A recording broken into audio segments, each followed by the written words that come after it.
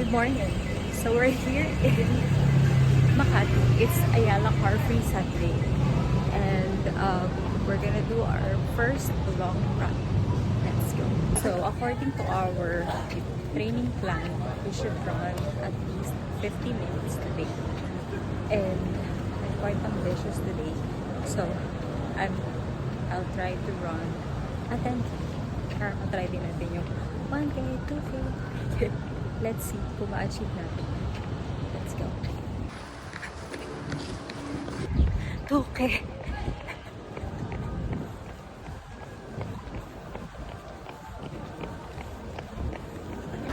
3K. 5K. Nalimutan ko yata mag-4K.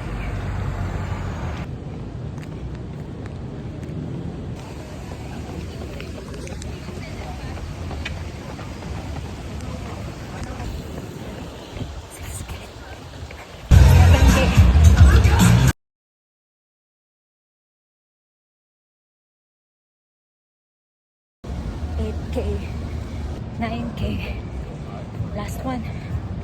Let's go. Hello, I'm done with my 10K. I feel good, especially with that honey stinger. Really helped me with energy. Yeah, thank you. See you on the next